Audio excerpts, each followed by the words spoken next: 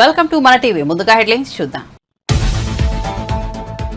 1000 ఎకరాల భూములు చేతులు మారాయన్న బుండా ఉమ. అక్రమ జీవో ద్వారా పేదల భూములను దోచుకున్నారంటూ టీడీపీ నేత జగన్. ఈ కుంభకోణంపై హైకోర్టు జడ్జితో విచారణ చేయించాలని డిమాండ్. ఈసీకి ఫిర్యాదు చేసినా ఫలితం లేదన్న ఉమ.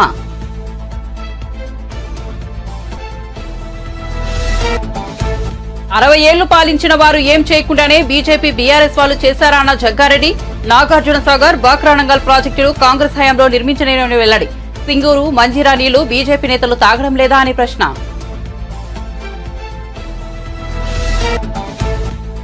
పైరవీ చేసి పదవి తెచ్చుకోవడానికి మాది కాంగ్రెస్ పార్టీ కాదన్న బీజేపీ నేత మహేశ్వర్ రెడ్డి. తమ పార్టీ అధ్యక్షుడి అనుమతితోనే తాను సీఎంను కలిశానని వెల్లడి. పౌర సరఫరా శాఖలో జరిగిన అవినీతిపై సిట్టింగ్ జడ్జితో విచారణ జరిపించాలని డిమాండ్.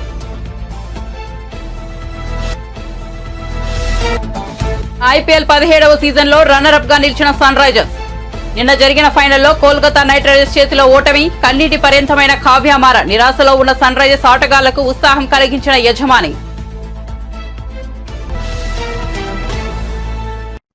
ఇక వార్త వివరాల్లోకి వెళ్తే ఆంధ్రప్రదేశ్ తొలి ముఖ్యమంత్రి స్వాతంత్ర సమరయోధుడు టంగుటూరి ప్రకాశం పంతులు మనవడు టంగుటూరి గోపాలకృష్ణ కన్నుమూశారు. కొంతకాలంగా అనారోగ్యంతో బాధపడుతున్న గోపాలకృష్ణ హైదరాబాద్ లోని ఆసుపత్రిలో చికిత్స తీసుకుంటున్నారు. ఈ క్రమంలో సోమవారం తెల్లవారుజామున గోపాలకృష్ణ తన నివాసంలో తుదిశ్వాస వదిలారు. ప్రకాశం పంతులకు 2 కుమారులు కాగా రెండో కుమారుడు హనుమంతరావు, కుమారుడే గోపాలకృష్ణ.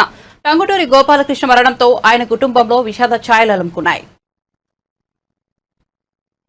వరంగల్, ఖమ్మం, నల్గొండ పట్టభద్రుల నియోజకవర్గం నుంచి తెలంగాణ శాసనమండలికి సోమవారం ఉప ఎన్నిక పోలింగ్ ముగిసింది. ఓటర్లు క్యూలో నిలబడి తమ ఓటు హక్కును వినియోగించుకున్నారు. ఉదయం 8 గంటలకు ప్రారంభమైన పోలింగ్ సాయంత్రం 4 గంటలకు ముగిసింది. గతేడాది నవంబర్ 30న జనగాం నియోజకవర్గం నుంచి గెలుపొందిన బీఆర్ఎస్ ఎమ్మెల్సీ పల్లా రాజేశ్వరరెడ్డి రాజీనామా చేయడంతో ఉప ఎన్నిక అనివార్యమైంది. కాంగ్రెస్ పార్టీ చింతపండు నవీన్ అలియాస్ తీర్మాన్ మల్లలను నామినేషన్ చేయగా బీజేపీ జి ప్రేమేందర్ రెడ్డిని నిలబెట్టగా ఏ రాకేష్ రెడ్డి బీఆర్ఎస్ అభ్యర్థిగా ఉన్నారు. జూన్ 5న ఓట్ల లెక్కింపు చేపట్టనున్నారు. నియోజకవర్గంలోని 4.63 లక్షల మంది పట్టభద్రులు తమ ఓటు హక్కును వినియోగించుకోనున్నారు. తెలంగాణలో గ్రాడ్యుయేట్ ఎమ్మెల్సీ ఉప ఎన్నికకు ముగిసిన పోలింగ్ నల్గొండ, ఖమ్మం, వరంగల్ జిల్లాల గ్రాడ్యుయేట్లో ఎమ్మెల్సీ ఉప ఎన్నిక మొత్తం 600 పోలింగ్ కేంద్రాల్లో జరిగిన ఓటింగ్. 3 జిల్లాల పరిధిలో 4,61,806 మంది గ్రాడ్యుయేట్ ఓటర్లు ఉన్నారు. ఉమ్మడి ఆంధ్రప్రదేశ్ మాజీ మంత్రి ఎర్నేని సీతాదేవి మృతి పట్ల టీడీపీ అధినేత చంద్రబాబు సంతాపం వ్యక్తం చేశారు. సీతాదేవి కుటుంబ సభ్యులకు ప్రగాఢ సానుభూతి తెలియజేశారు. నాడు ఎన్టీఆర్ కేబినెట్ లో విద్యాశాఖ మంత్రిగా సీతాదేవి తనదైన ముద్ర వేశారని చంద్రబాబు కొనియాడారు. ఆమె ఆత్మకు శాంతి చేకూరాలని ప్రార్థిస్తున్నట్లు తెలిపారు. ఎర్నేని సీతాదేవి ఇవాళ ఉదయం హైదరాబాద్ లోని నివాసంలో గుండెపోటుతో కన్నుమూశారు. ముదినేపల్లి నుంచి 2 పర్యాయాల ఆమె ఎమ్మెల్యేగా గెలిచారు. ఆమె 2013లో బీజేపీలో చేరారు. దేశంలో సార్వత్రిక ఎన్నికల పోలింగ్ జూన్ 1తో ముగియనుంది. దేశంలో ఈసారి 7 దశల్లో పోలింగ్ నిర్వహిస్తున్న సంగతి తెలిసిందే. ఇప్పటి వరకు 6 దశల పోలింగ్ పూర్తయింది. మరొక విడత మిగిలింది. జూన్ 4న దేశవ్యాప్తంగా ఓట్ల లెక్కింపు చేపట్టనున్నారు. ఈ నేపథ్యంలో ఢిల్లీ నుంచి ప్రధాన ఎన్నికల కమిషనర్ రాజీవ్ కుమార్ సమీక్ష చేపట్టారు. లోక్సభ ఎన్నికలు, 4 రాష్ట్రాల అసెంబ్లీ ఎన్నికల ఓట్ల లెక్కింపుపై చర్చించారు. ఈసీ మార్గదర్శకాలకు అనుగుణంగా కౌంటింగ్ ఏర్పాట్లు చేయాలని ఆదేశించారు. ఏపీ ఎన్నికల ప్రధాన అధికారి ముఖేష్ కుమార్ మీనా ఈ సమీక్షకు వీడియో కాన్ఫరెన్స్ ద్వారా హాజరయ్యారు. ఇక అన్ని రాష్ట్రాలు, కేంద్రపాలిత ప్రాంతాల మాదిరే ఏపీలోనూ కౌంటింగ్ కు కౌంట్డౌన్ ప్రారంభమైంది. భద్రత కోసం ఇప్పటికే 25 కంపెనీల కేంద్ర బలగాలు రాష్ట్రానికి చేరుకున్నాయి. 24 జిల్లాలకు 56 మంది ఏఎస్పీలు, డీఎస్పీలను నియమించారు. నాన్ క్యాడర్ ఎస్పీలకు బందోబస్తు బాధ్యతలు అప్పగించారు. పేదలు, రైతుల భూములను అక్రమ జీవో ద్వారా దోచుకోవడం ఏంటని టీడీపీ నేత బోండా ఉమ చెబుతారు. ఇలా 1000 ఎకరాల భూములు చేతులు మారాయని ఆయన ఆరోపించారు. తక్కువ ధరకు భూములను రిజిస్ట్రేషన్ చేయించుకున్నారని తెలిపారు. ఎన్ఓసీలు ఇప్పటికిప్పుడే ఎలా వచ్చాయో తేలాలని డిమాండ్ చేశారు. ఈ వ్యవహారంపై సిట్ చేసి విచారణ జరిపించాల్సిన అవసరం ఉందన్నారు. ఈ కుంభకోణంపై హైకోర్టు జడ్జితో విచారణ చేయించాలన్నారు. ఎన్నికల కోడ్ అమలులో ఉండగా స్కామ్ జరిగితే ఎన్నికల సంఘం మౌనం వహించడం ఎందుకని ఆయన ప్రశ్నించారు. రైతుల మెడపై కత్తిపెట్టి అగ్రిమెంట్లు చేయించుకుంటారా అంటూ దుయ్యబట్టారు. సీఎస్ ఆధ్వర్యంలో వైసీపీ మాఫియా ఇదంతా చేసిందని ఆరోపించారు. ఈసీకి ఫిర్యాదు చేసినా ఫలితం లేదని బోండా ఉమ వాపోయారు.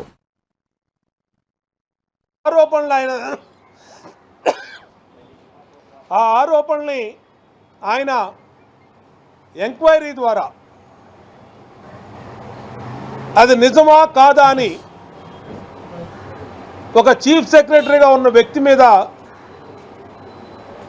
తీవ్ర ఆరోపణలు, వేల కోట్ల రూపాయల భూములు,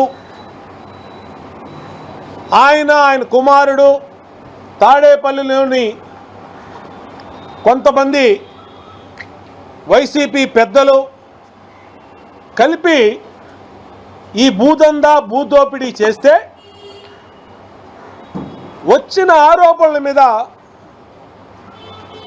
ఎంక్వైరీ చేయించుకోవాల్సినటువంటి చీఫ్ సెక్రటరీ జవహర్ రెడ్డి ఆయన ఆరోపణలు చేసిన వ్యక్తుల మీద బ్లాక్మెయిల్ చేసే విధంగా మాట్లాడుతోంది. ఒక రాజకీయ నాయకుడిలాగా, ఒక పొలిటీషియన్ లాగా మాట్లాడుతూ ఉన్నాడు, సవాళ్ళు చేస్తూ ఉన్నాడు, బెదిరిస్తూ ఉన్నాడు నిజాలు వెలికి తీసినటువంటి వ్యక్తుల్ని. నేను అడుగుతా ఉన్నా జవహర్ రెడ్డి గారిని, మీరు మీ మీద వచ్చినటువంటి 596 జీవో ఏ విధంగా మీరు ఆ జీవోని అడ్డుపెట్టి ఫామ్ డి పట్టాల్ని కొట్టేస్తా ఉన్నారో వివరంగా మీడియాలో వార్తలు వచ్చినప్పుడు దాని మీద మీరు ఎందుకు విచారణ జరపలేదు? మేము అడుగుతా ఉన్నాం. ఎలక్షన్ కమిషన్ కూడా జవహర్ రెడ్డి ప్రవర్తన కానీ, ఎన్నికల సమయంలో ఆయన అధికార దుర్వినియోగం మీద కానీ అనేకసార్లు ఇప్పటికే కంప్లైంట్లు కూడా చేశాం తెలుగుదేశం పార్టీ నుంచి. కానీ ఈయన అధికార పార్టీకి ఒక తొత్తులాగా వ్యవహరిస్తూ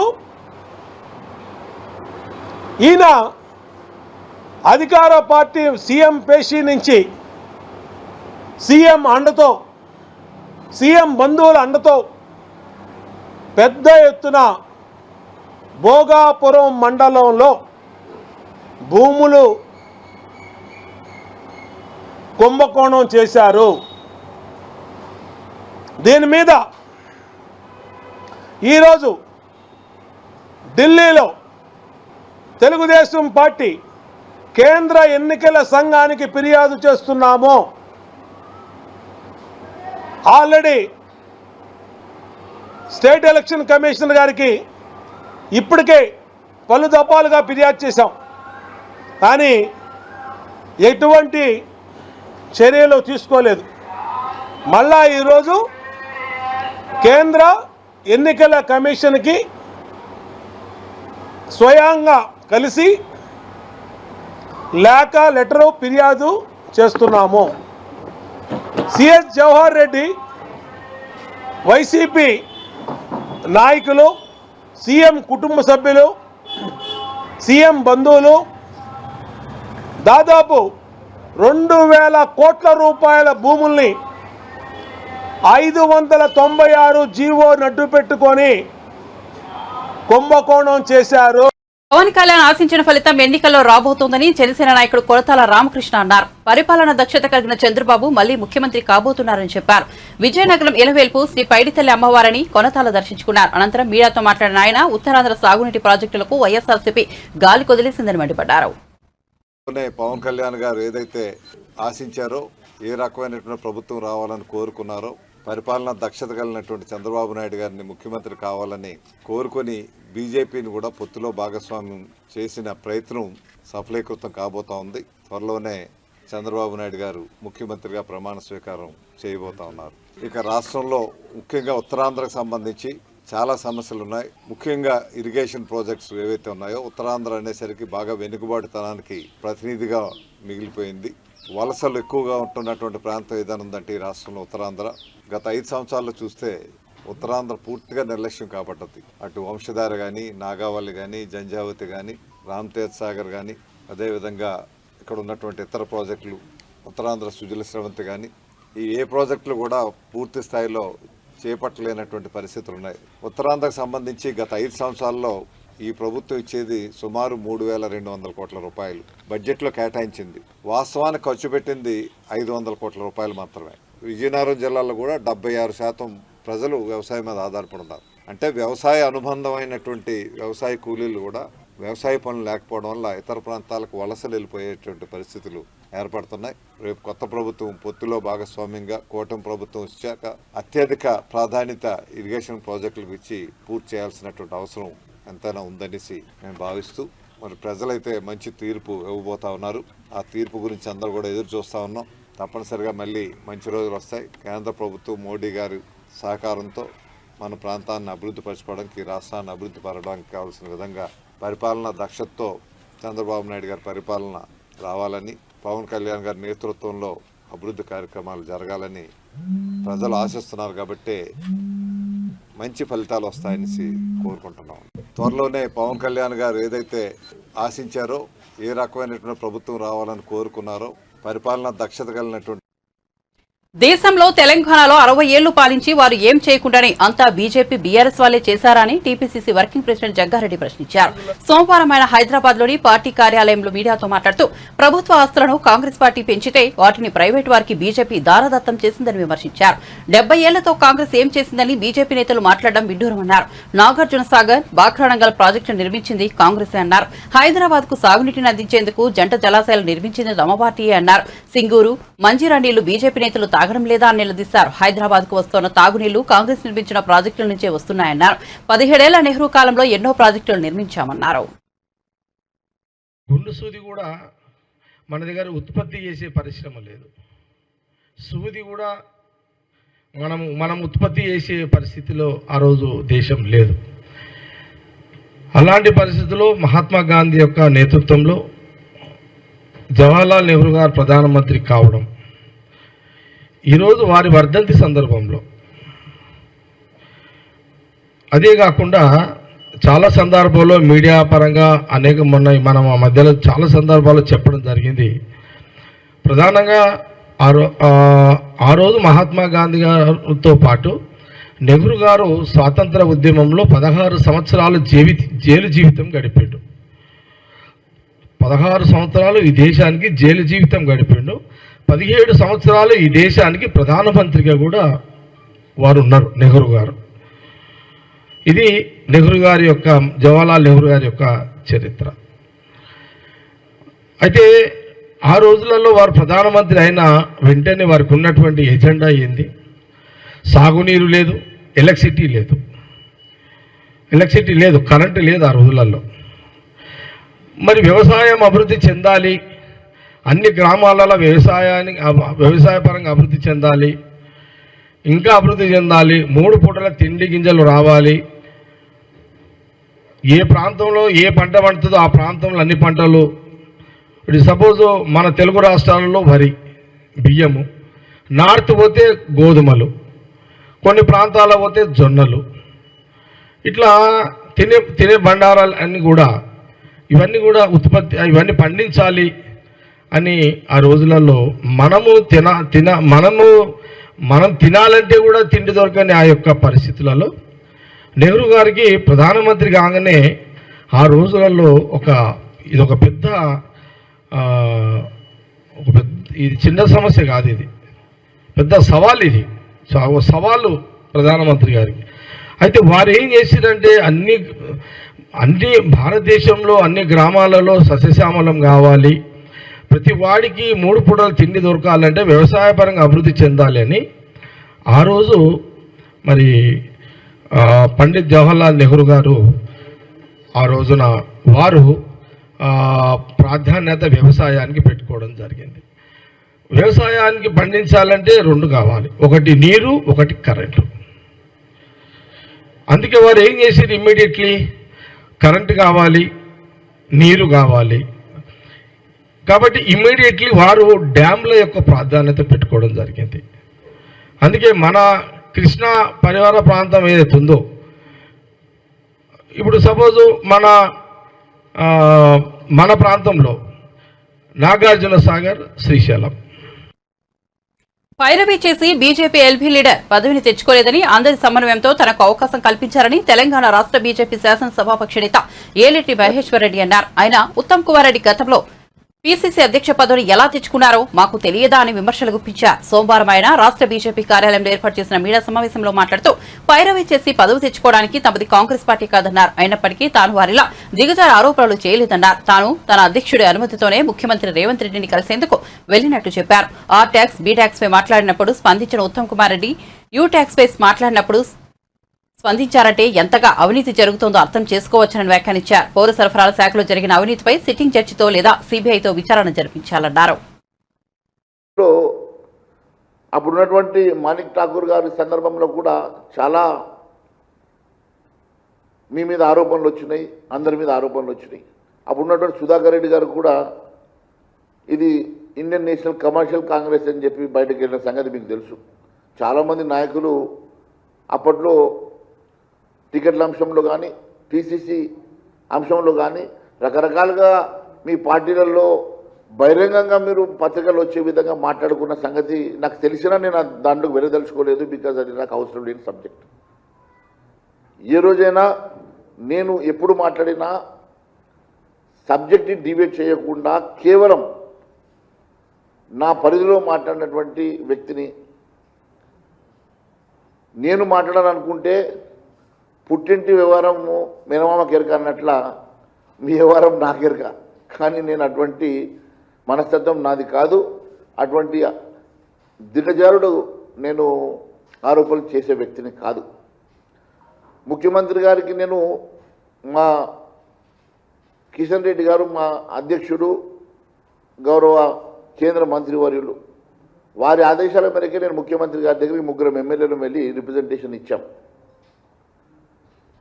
దాన్ని కూడా నువ్వు మీ ముఖ్యమంత్రిని కూడా నువ్వు అనుమానపడే విధంగా మాట్లాడితే దానికి నేనేం చేయలేను. మీ ముఖ్యమంత్రిని నువ్వు అనుమానపడితే మరి గతంలో నేను ఆర్ ట్యాక్స్ మాట్లాడినప్పుడు కానీ ఆర్ఆర్ ట్యాక్స్ మాట్లాడినప్పుడు కానీ RRR ట్యాక్స్ మాట్లాడినప్పుడు కానీ మరి ఆ రోజు దీని వెనుక ఎవరున్నారని చెప్పి ఆయన ఆలోచన చేసిండో మరి మీరు అప్పుడు ఏం ఆలోచన చేసిండో నాకు తెలియదు. ఏ రకంగా సంతోషపడ్డారో నాకు తెలియదు. R tax, RRR tax, RRR tax మాట్లాడినాను. మరి ఆ రోజు ఎందుకు మీరు ఈ రకంగా మరి ప్రెస్ మీట్ పెట్టి మాట్లాడలేదు? బీ ట్యాక్స్ మాట్లాడినప్పుడు మాట్లాడలేదు. నేను జీవోలు కూడా హెట్రో డ్రగ్స్ అంశంలో కూడా నేను 2 జీవోలను బయటపెట్టిన రోజు కూడా మీరు ఎవరు మాట్లాడలేదు. మరి ఈరోజు ఇంతగానో మీరు సీరియస్గా స్పందిస్తున్నట్టే డెఫినెట్గా దీని వెనుక కుంభకోణం పెద్దగా ఉన్నది, పెద్ద ఎత్తున దీని లోపల అవినీతి దాగున్నది కాబట్టే మీరు ఈ రకంగా మాట్లాడుతూ ఉన్నారు. నేను మీకు చాలా స్పష్టంగా చెప్తున్నా, ఈ రాష్ట్రంలో మీరే ఒకవైపు చెప్తా ఉన్నారు దీంట్లో రైస్ మిల్లర్స్ దాదాపు 22,000 కోట్ల రూపాయలు బకాయి ఉన్నారని చెప్పేసి. ఏపీ సీఎస్ జవహర్ రెడ్డిపై విపక్షాలు తీవ్రస్థాయిలో భూ ఆక్రమణల ఆరోపణలు చేస్తున్న సంగతి తెలిసిందే. ఈ క్రమంలో టీడీపీ నేత జీవీ ఆంజనేయులు మీడియా సమావేశం ఏర్పాటు చేశారు. ఈ సందర్భంగా ఆయన మాట్లాడుతూ జవహర్ రెడ్డిని ఎన్నికల సంఘం ఎందుకు ప్రత్యక్షంగా చూస్తోంది, వివాదాల్లో ఉంటున్న వ్యక్తిని సీఎస్ గా ఎందుకు కొనసాగిస్తోందని ప్రశ్నించారు. పెన్షన్ల మరణాల సమయంలోనే సీఎస్ ను తొలగించాల్సిందేనని జీవీ ఆంజనేయులు పేర్కొన్నారు. ఏం చేసినా చెల్లుతుందనే పరిస్థితికి చేరిన సీఎస్ పై ఎందుకు ఉపేక్షిస్తున్నారని అసంతృప్తి వ్యక్తం చేశారు. ముఖ్యమంత్రి రేవంత్ రెడ్డి వారానికి ఒకసారి ఢిల్లీకి వెళ్తున్నారని, కప్పాన్ని తరలించేందుకు తాను వెళ్లే విమానాన్ని ఉపయోగిస్తున్నారని బీజేపీ సీనియర్ నేత ఎన్వీఎస్ఎస్ ప్రభాకర్ ఆరోపించారు. ముఖ్యమంత్రి ఢిల్లీకి వెళ్లే ముందు ఆయన విమానాన్ని ఎన్నికల సంఘం అధికారులు తనిఖీ చేయాలని కోరారు. సోమవారం ఆయన నాంపల్లిలోని బీజేపీ రాష్ట్ర కార్యాలయంలో మాట్లాడుతూ ధనిక రాష్ట్రంగా ఉన్న తెలంగాణలో సంపద తగ్గుతోందని, కానీ మంత్రుల ఆదాయం, ఆస్తులు మాత్రం పెరుగుతున్నాయని విమర్శించారు.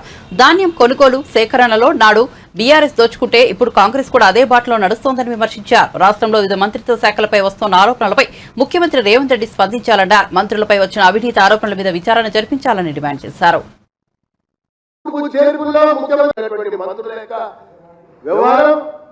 వలన రాష్ట్రానికి, రాష్ట్ర ప్రజానికానికి తీవ్రమైనటువంటి నష్టం జరుగుతా ఉందని చెప్పని భారతీయ జనతా పార్టీ అభిప్రాయపడతా ఉంది.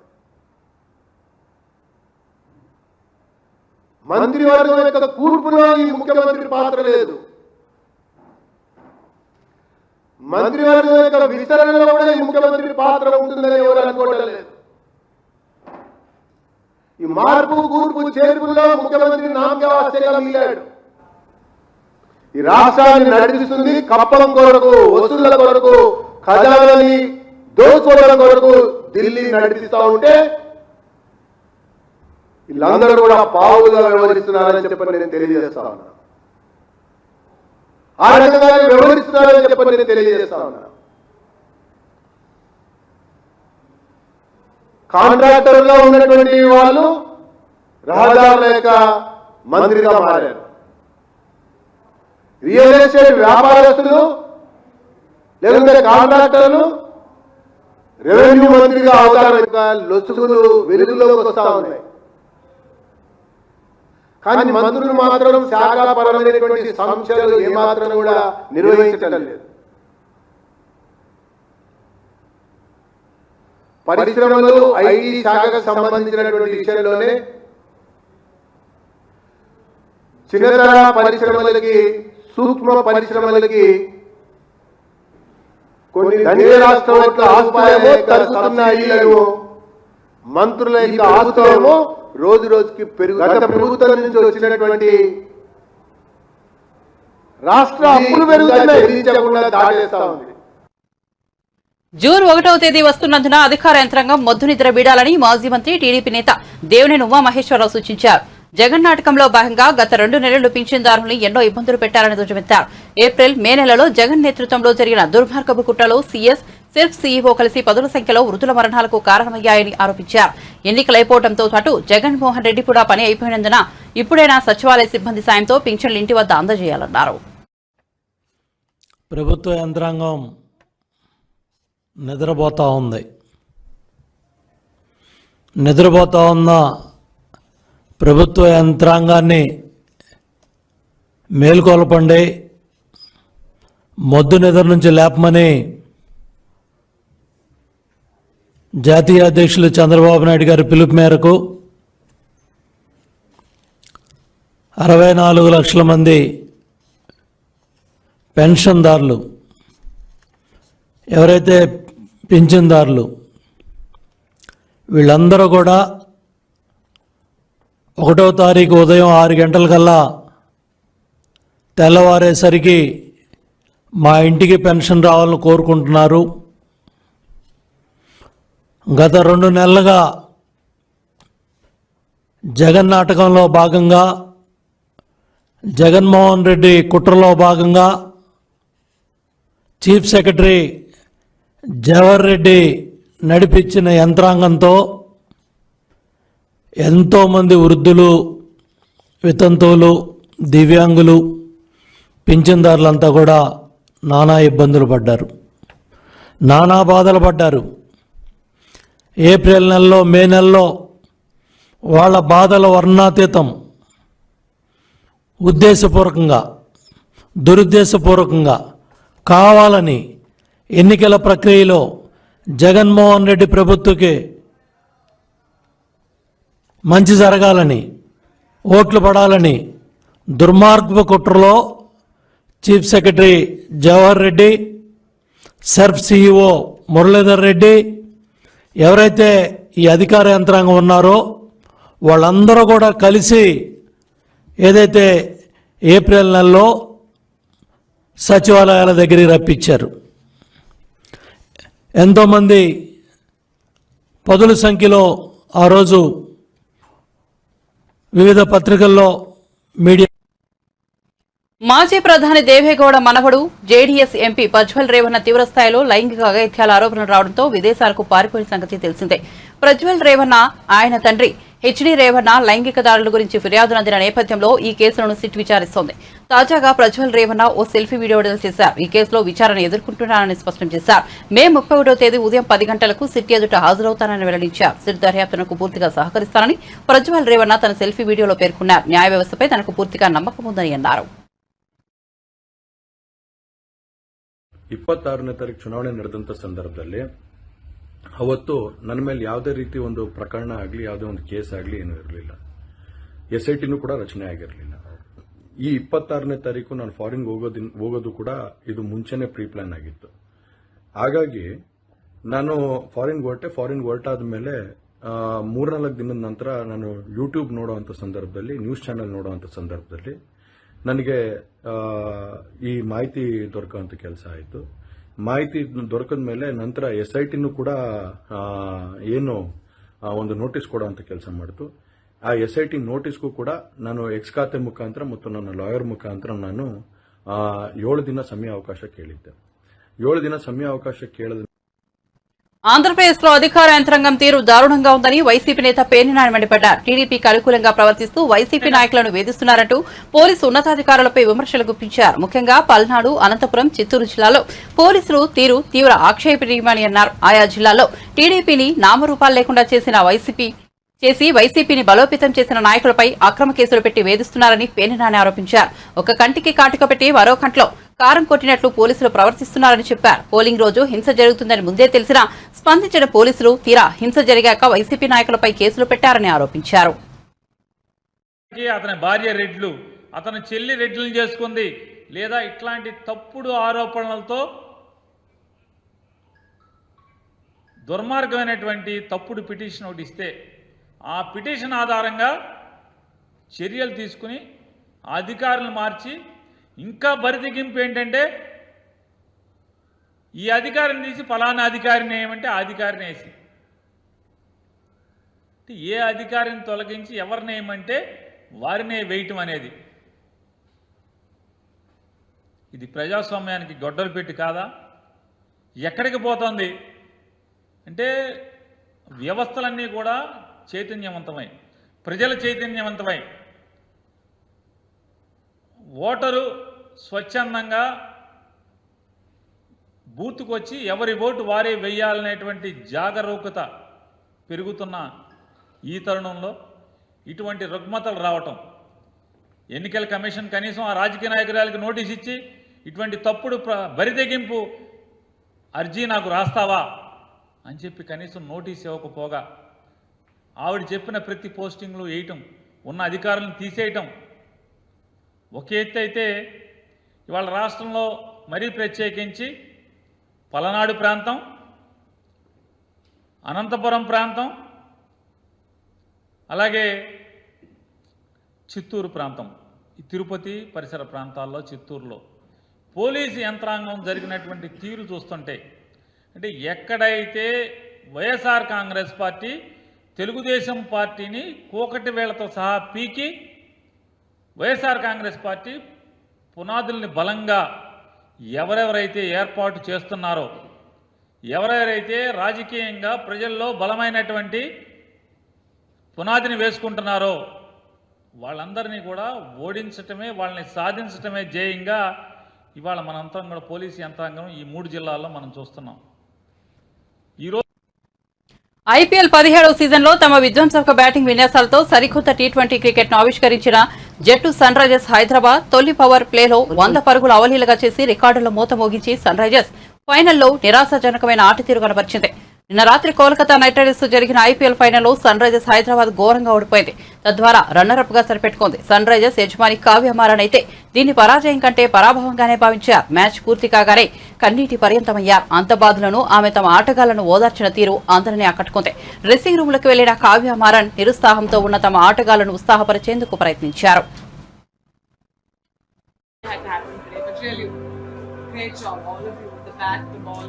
Thank you so much, and I think even though we finished last place last year, I think all the fans came out in huge numbers because of the potential you guys had, and everyone's talking about us. Even if KKR won, I'm sure everyone's still going to be talking about the style of cricket that we play.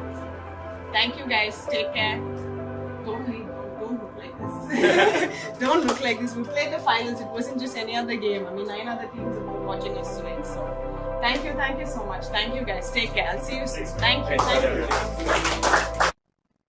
Bulletin ముగించే ముందు headlines మరోసారి చూద్దాం. 1000 ఎకరాల భూములు చేతులు మారాయన్న బోండా ఉమా. అక్రమ GO ద్వారా పేదల భూములను దోచుకున్నారంటూ టీడీపీ నేత ధ్వజం. ఈ కుంభకోణంపై హైకోర్టు జడ్జితో విచారణ చేయించాలని డిమాండ్. ఈసీకి ఫిర్యాదు చేసినా ఫలితం లేదన్న ఉమా.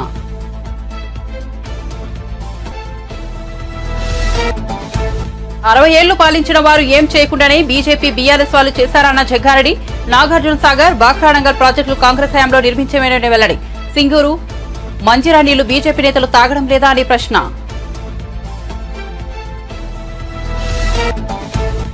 పైరవీ చేసి పదవి తెచ్చుకోవడానికి మాది కాంగ్రెస్ పార్టీ కాదన్న బీజేపీ నేత మహేశ్వర్ రెడ్డి. తమ పార్టీ అధ్యక్షుడి అనుమతితోనే తాను సీఎంను కలిశారని వెల్లడి. పౌర సరఫరాల శాఖలో జరిగిన అవినీతిపై సిట్టింగ్ జడ్జితో విచారణ జరిపించాలని డిమాండ్.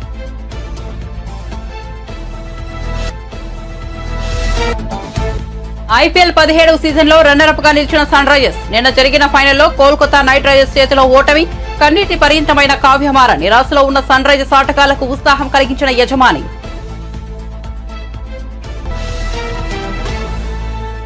మరిన్ని అప్డేట్స్ కోసం చూస్తూనే ఉండండి మన టీవీ.